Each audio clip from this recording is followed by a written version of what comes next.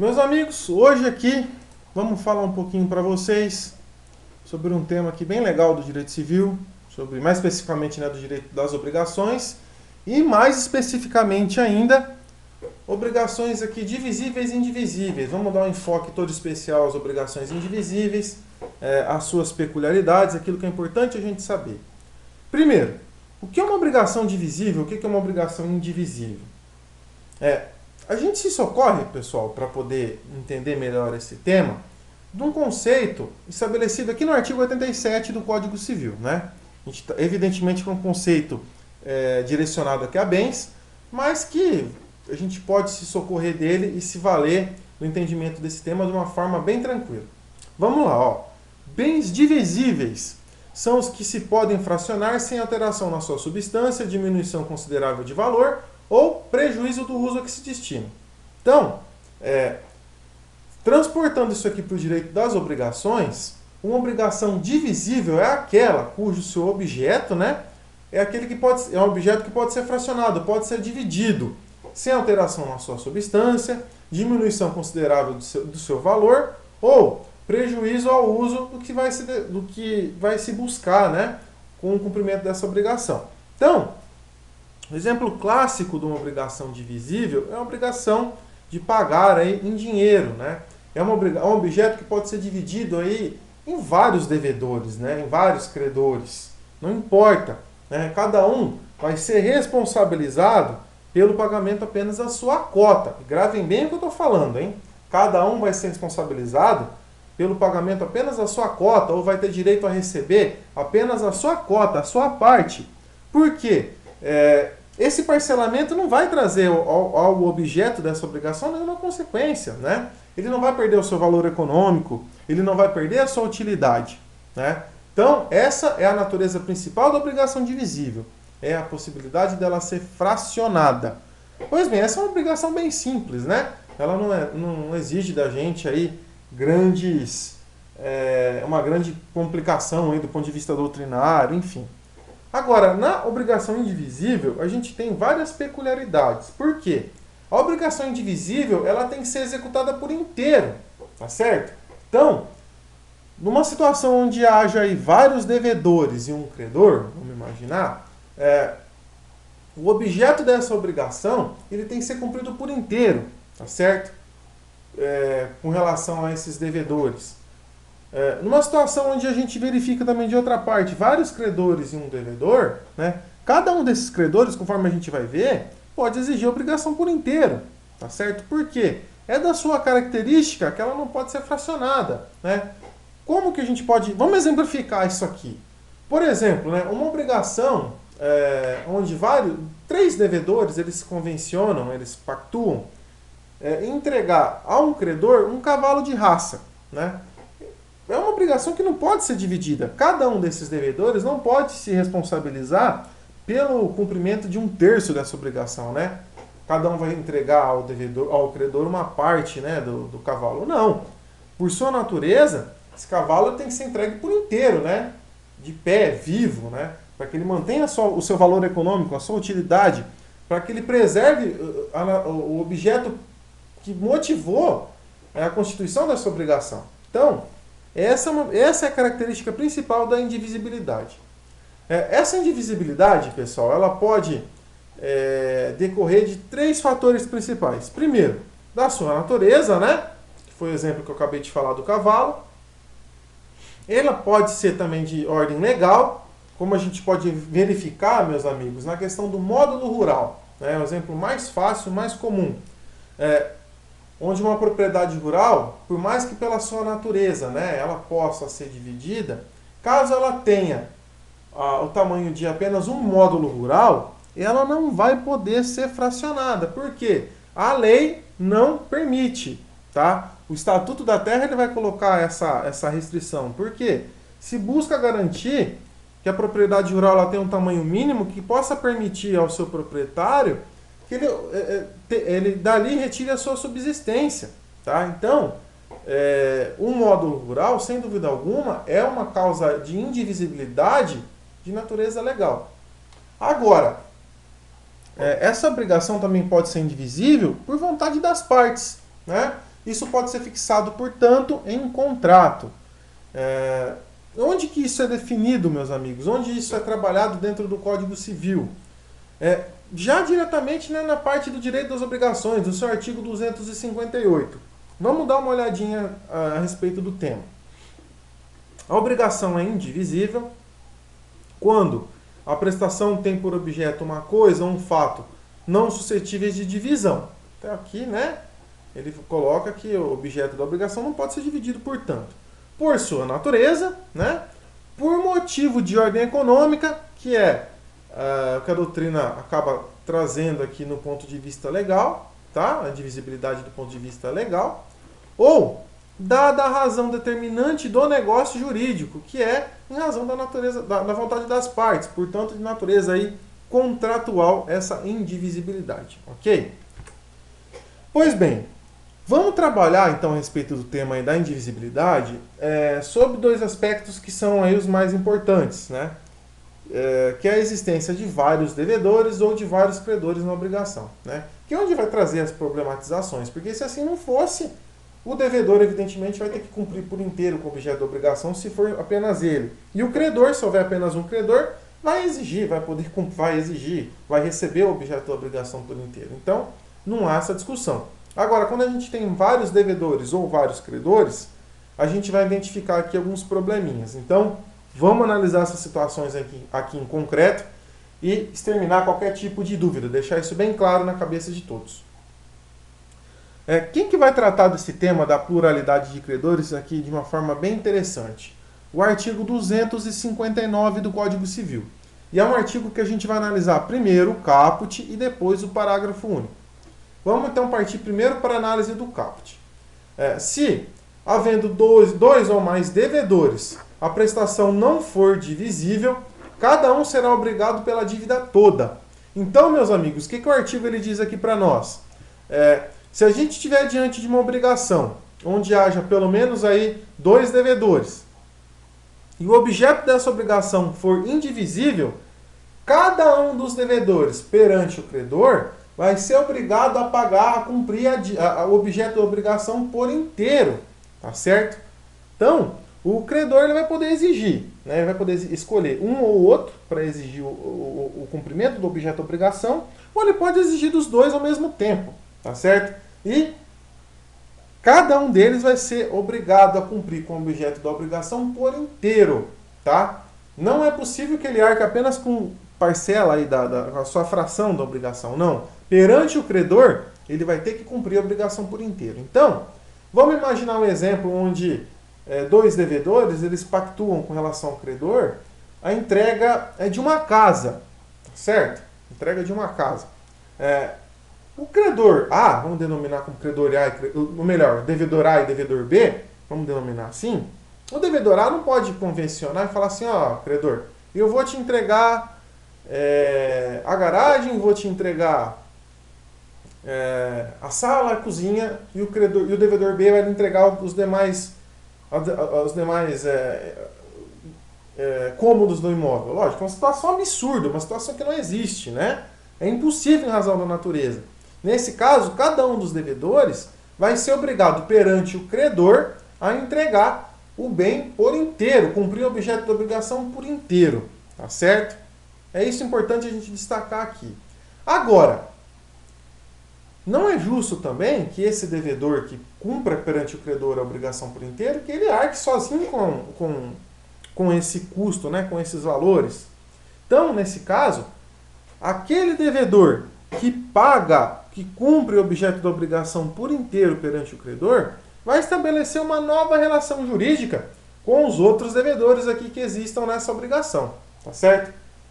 Como que vai ser essa relação jurídica? Ele vai se tornar como uma espécie de credor desses demais devedores, tá certo?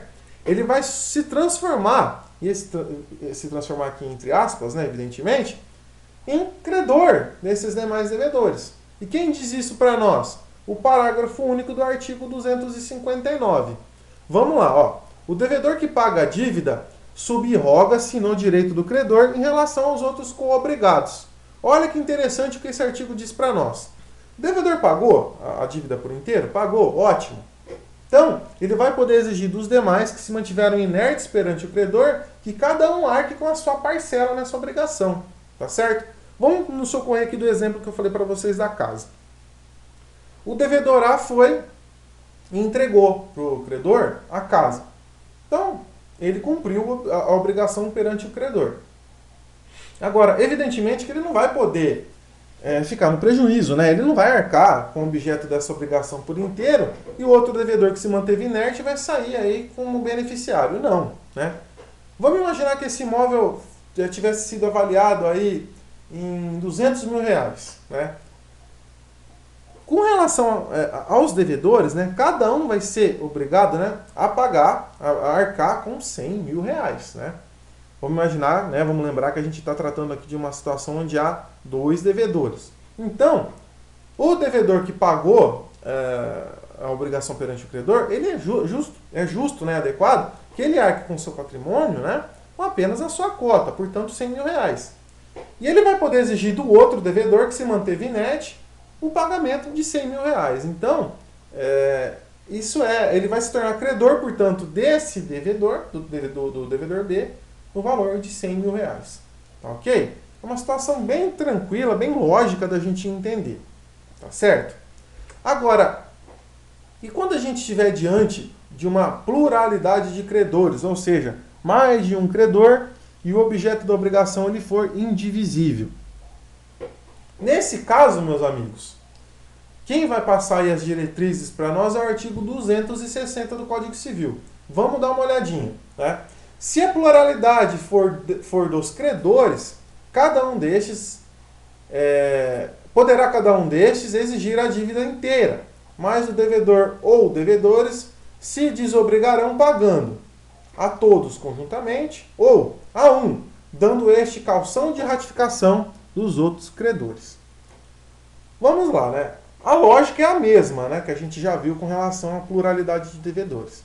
Se a gente está diante de uma obrigação cujo objeto é indivisível e estamos diante de uma obrigação indivisível, portanto, onde exista mais de um credor, cada um desses vai poder exigir a obrigação por inteiro, tá certo? Isso aí é uma situação que vai decorrer da própria natureza da obrigação. Agora, como que o devedor ele vai se portar nesse caso? Ele vai pagar a quem? Se cada um dos credores pode exigir a obrigação por inteiro.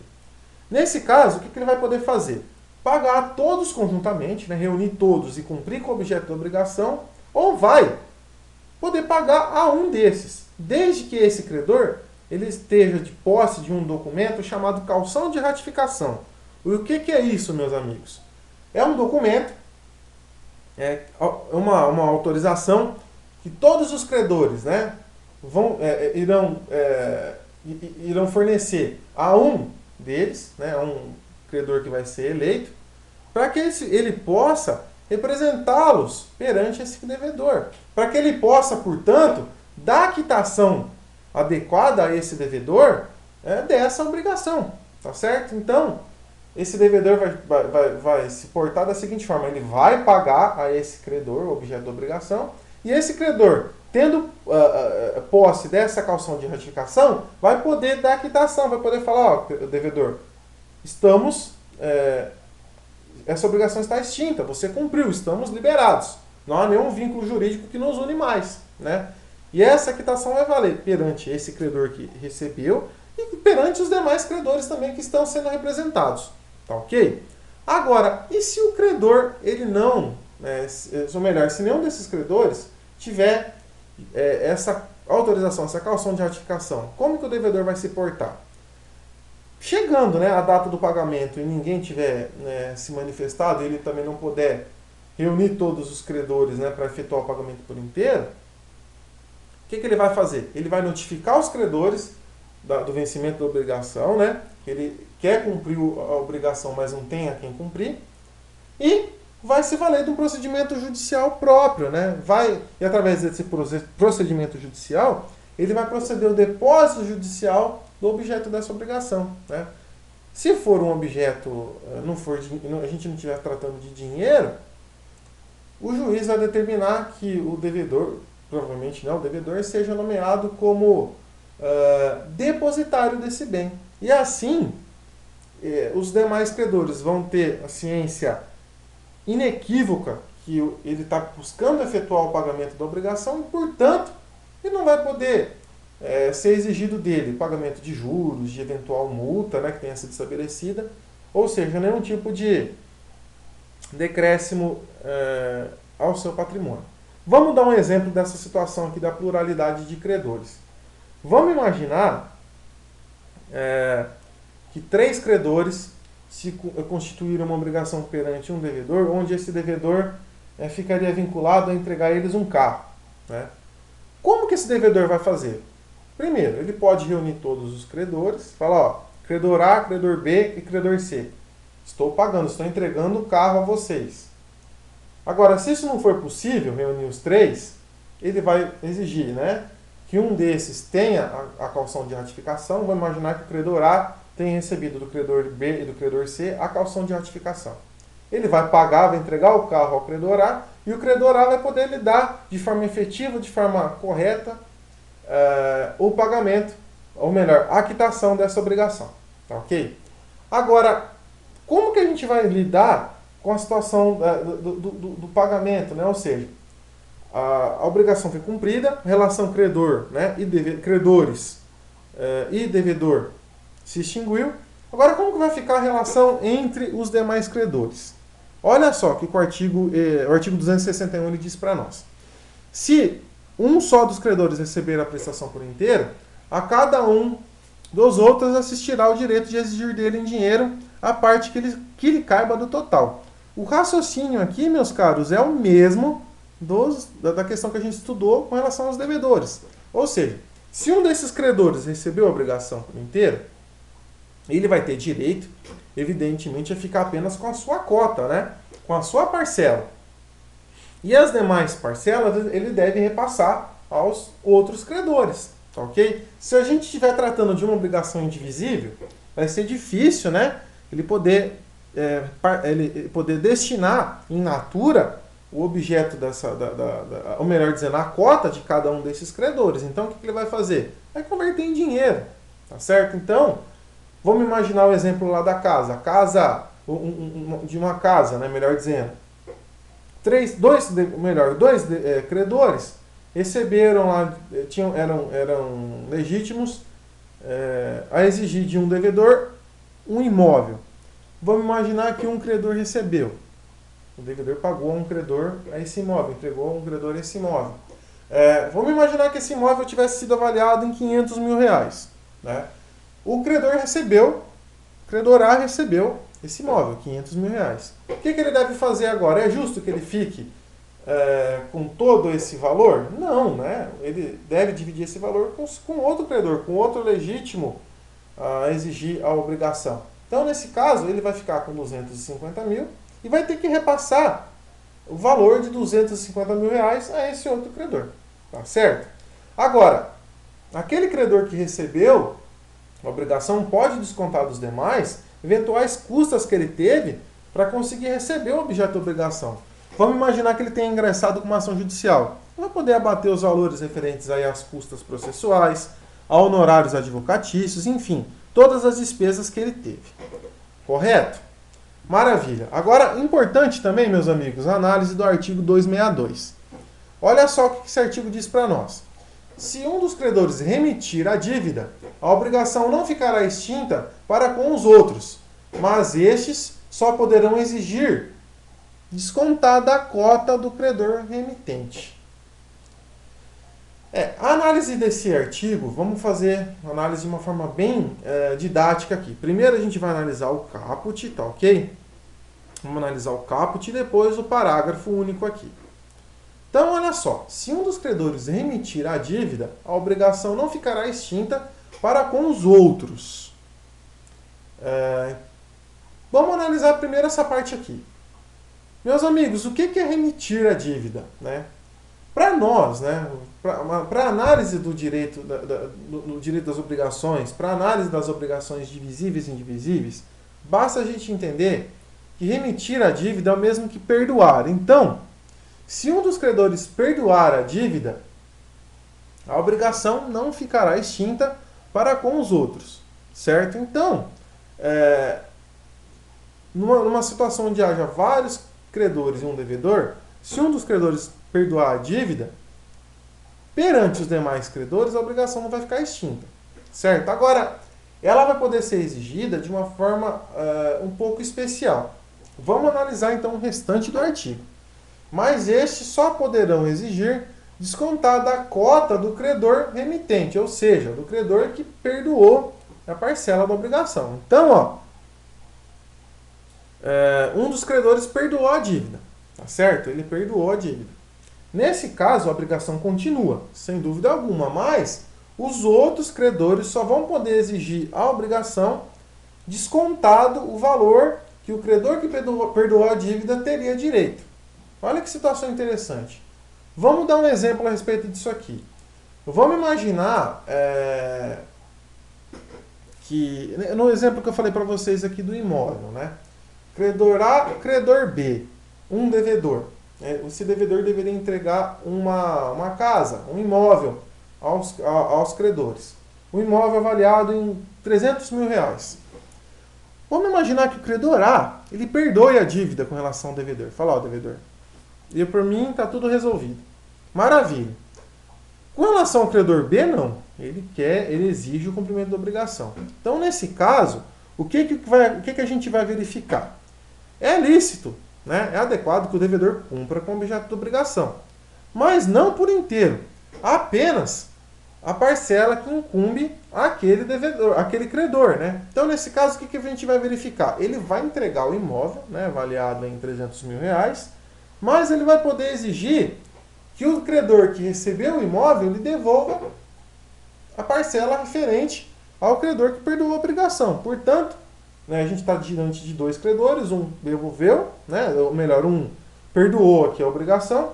Então, nesse caso, o credor que recebeu o imóvel vai ter que repassar ao devedor R$150 mil, tá certo? Que é a parcela que ele teria direito de fato, né, caso o credor A não tivesse perdoado a dívida. Ok? Então, importante a gente destacar isso. Né? Caso haja a remissão da dívida, o perdão da dívida por parte de um dos credores, a obrigação perante os demais vai continuar. Mas eles só vão poder exigir o montante referente às cotas que cada um tem direito. A cota referente ao credor que perdoou a obrigação vai ser descontada. E esse mesmo raciocínio a gente vai verificar quando se materializa aí a transação, a novação, a compensação, a confusão, tá certo? Todos esses institutos. Então, esse artigo ele é muito importante nesse sentido, a gente entender esse raciocínio. Tá ok? Pois bem, pessoal, com relação à obrigação indivisível, isso eram as regras mais importantes que a gente tinha a tratar. Agora, nesse tema, importante a gente falar um pouquinho sobre a perda da indivisibilidade, né? Quando a obrigação que ela tem a sua natureza indivisível, né? O objeto da obrigação, melhor dizendo, tem a natureza indivisível, ele vai perder essa característica fundamental. Artigo 263 ele diz aqui para nós: perde a qualidade de indivisível a obrigação que se resolver em perdas e danos. Né? Então, quando o objeto da obrigação se converter em perdas e danos, por ele não poder mais ser cumprido in natura, né? Não poder ser cumprido mais especificamente, essa obrigação vai perder a qualidade de indivisibilidade. Então, perdendo essa qualidade de indivisibilidade, cada um dos devedores vai poder se responsabilizar apenas por sua cota, tá certo? E cada um dos credores vai poder exigir apenas a sua cota, né? Ela vai se tornar, portanto, uma obrigação divisível. Vamos dar uma olhada no que o parágrafo 1º e o parágrafo 2º ele diz para nós e vamos fazer a leitura e depois a gente vai partir para um quadro que vai sintetizar toda essa situação aqui. Parágrafo 1º. Se para efeito do disposto nesse artigo houver culpa de todos os devedores, responderão todos por partes iguais. Parágrafo 2º. Se for de um só a culpa, ficarão exonerados os outros, respondendo só esse pelas perdas e danos. Vamos dar uma olhada no quadro aqui, que vai ficar fácil da gente entender. Vamos lá, ó. perecimento do objeto da prestação, né? Quando esse objeto da prestação, objeto indivisível, ele perece, né, ele deixa de existir por culpa de todos os devedores, como vai ficar a situação aí da responsabilização, né, pelo pagamento? O valor do objeto da obrigação, né, indivisível vai ser convertido, portanto, em dinheiro, tá certo? Cada um vai ser responsabilizado por sua cota, mas o valor que eventuais perdas e danos que o credor ele vai experimentar, tá certo? Pela conversão desse objeto do objeto indivisível em dinheiro, tá? Se a gente verificou essa situação, o objeto da obrigação vai ser dividido da seguinte forma: o valor que ele detinha, né, enquanto indivisível, né, mais as eventuais perdas e danos. Se todos os devedores foram responsáveis pelo perecimento desse objeto, todo esse valor, né, o valor do objeto da obrigação indivisível mais o valor das perdas e danos, vai ser dividido igualmente entre eles. Tá, ok? Agora, se o perecimento desse objeto se deu por culpa de apenas um desses devedores, né, como a gente vai verificar? Aí a gente vai ter que dividir essa situação em duas frentes aqui. Primeiro, com relação ao objeto da obrigação, todos vão ser responsabilizados igualmente pelo seu pagamento, né? Pelo valor do objeto da obrigação indivisível. Todo mundo vai ser responsabilizado igualmente pelo pagamento desse objeto. Agora, com relação às perdas e danos, apenas vai ser responsabilizado pelo pagamento aquele devedor, né, que deu origem aí, que deu causa ao perecimento do objeto da prestação, tá certo? Então, essa aqui é a especificidade que a gente tem a respeito desse tema. Agora, e se o objeto da obrigação ele tiver perecido sem culpa do devedor? Aí a gente vai se valer de uma regra que é utilizada, por exemplo, nas obrigações de dar coisa certa, né? A obrigação ela vai ser resolvida, tá bom? Tá certo? O credor e o devedor, e os devedores aqui, vão retornar à situação patrimonial que eles detinham antes da fixação da obrigação. Onde isso está definido, pessoal? No artigo 234. Se no caso do artigo antecedente, né, a coisa se perder sem culpa do devedor antes da tradição ou pendente a condição suspensiva, fica resolvida a obrigação para ambas as partes. Tá certo? Então, meus amigos, era isso que a gente tinha para tratar a respeito desse tema. Agradeço mais uma vez aí a atenção de todos vocês. Um forte abraço e até a próxima.